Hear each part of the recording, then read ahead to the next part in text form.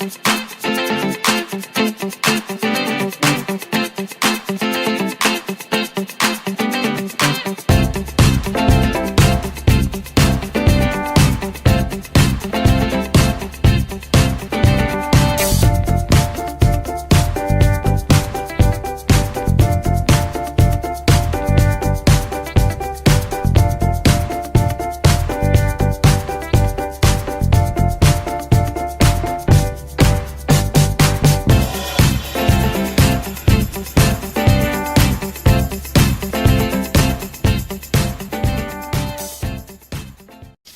morning guys! It's been 34 days simula nang ilipat natin yung mga lettuce dito sa system natin.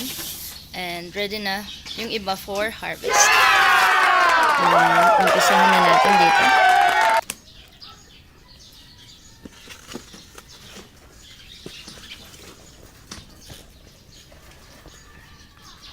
So yung variety na ito is Seoul ruby lettuce.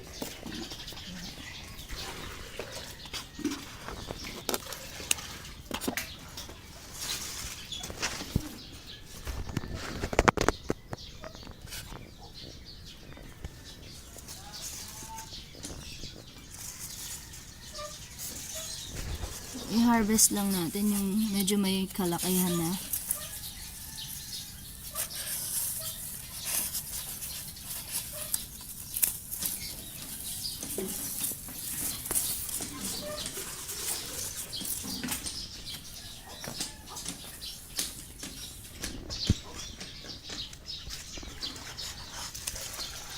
So yung iba medyo legi lang.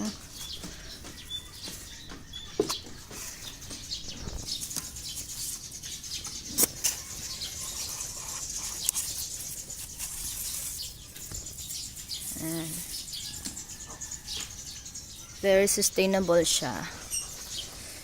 So, hindi na kailangan bumili.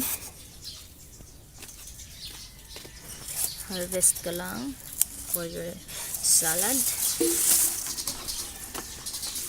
Super fresh pa at free from pesticides.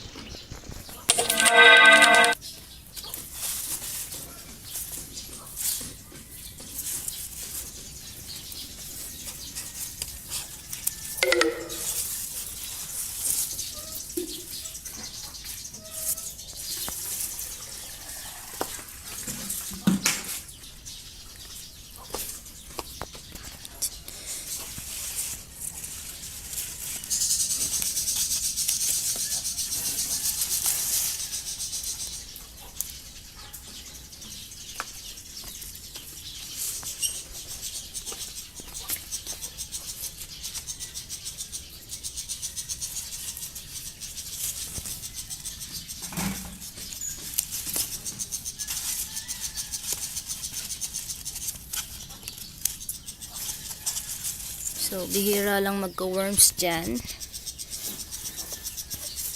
Karaniwan na mga peste dito is yung mga leaf miner.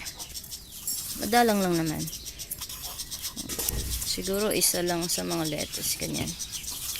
Magkakaroon lang ganun.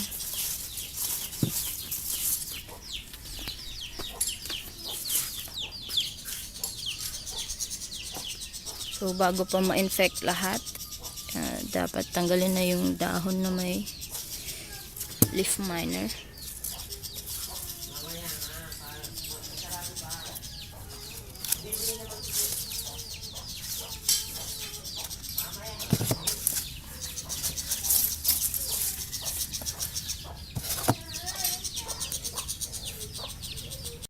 So, guys, ipapakita ko pala sa inyo itong isang system namin, isang PVC pipe.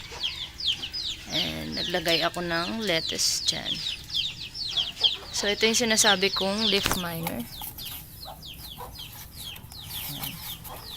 So need natin tanggalin para hindi na ma-infect yung iba.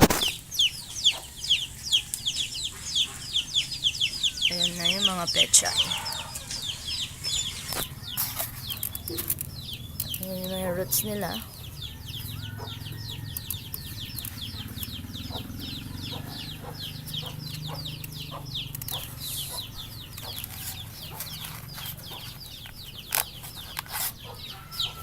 And ito yung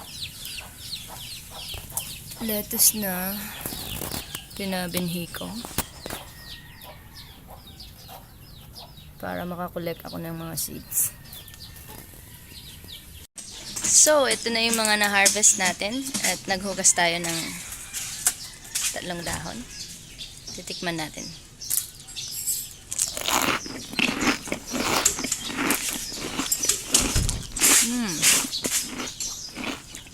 Fresh na fresh.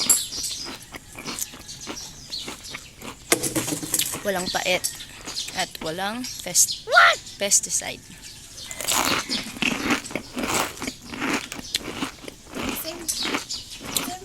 Hindi. Tap. Say hi.